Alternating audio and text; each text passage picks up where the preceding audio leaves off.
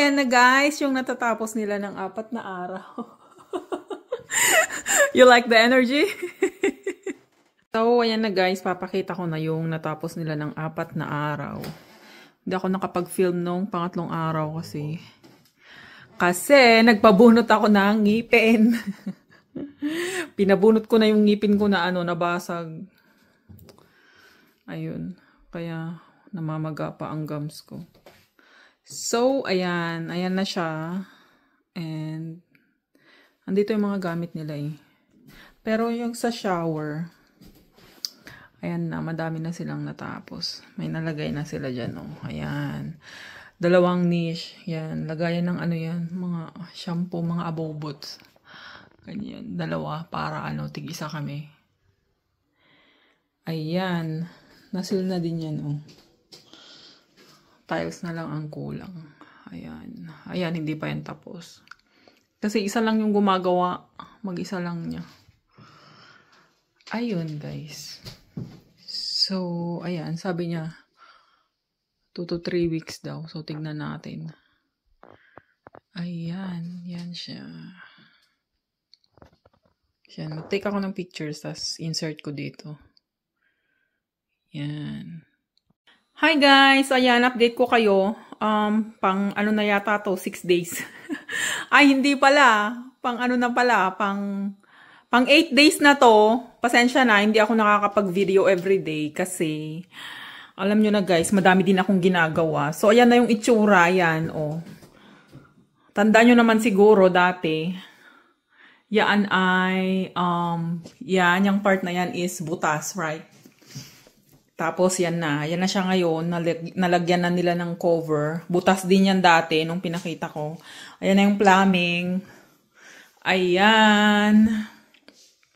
Ayan na siya. Natakpan na lahat yung mga butas-butas. Ayan na siya, guys. Malapit na. Yan na lang yung butas ngayon. Kasi dito ilalagay yung bathtub. Tapos yan, may cabinet yan dyan. Yan, dyan sa bandar yan. Tapos, yung sa natin, ayan, natanggal na yung yan, natakpan na din siya. Yung exhaust doon is papalitan. So, ayan, ewan ko, disconnect na yata nila. Tapos, ito yung closet. Ayan, hindi pa yan nauumpisahan. Natanggal lang yung yung door. So, I'm not sure kung anong magiging itsura niyan.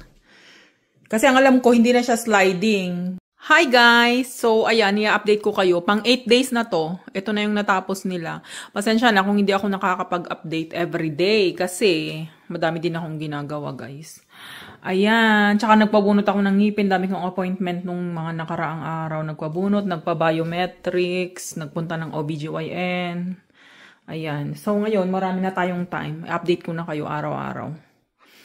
So, ayan guys, ayan natakpan na yung mga butas-butas dyan. Diba may butas dyan dati? Ayan natakpan na siya. Ayan, yung kulay green na nakikita nyo. Ayan, yan din yung ginamit para takpan yung butas dyan. Tapos ayan na yung plumbing para sa ating sink dyan. Tapos yan, lalagyan niya ng cabinet hanggang doon. Merong corner cabinet doon. Tapos ito, ayan, dyan ilalagay yung bathtub. Yan guys.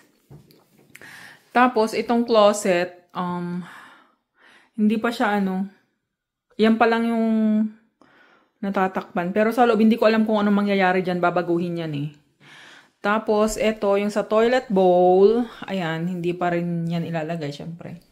Tapos, ito na yung sa shower natin. Ayan, lagyan na ng waterproofing. Yan, yung kulay pink na nakikita nyo, yan. Ayan siya.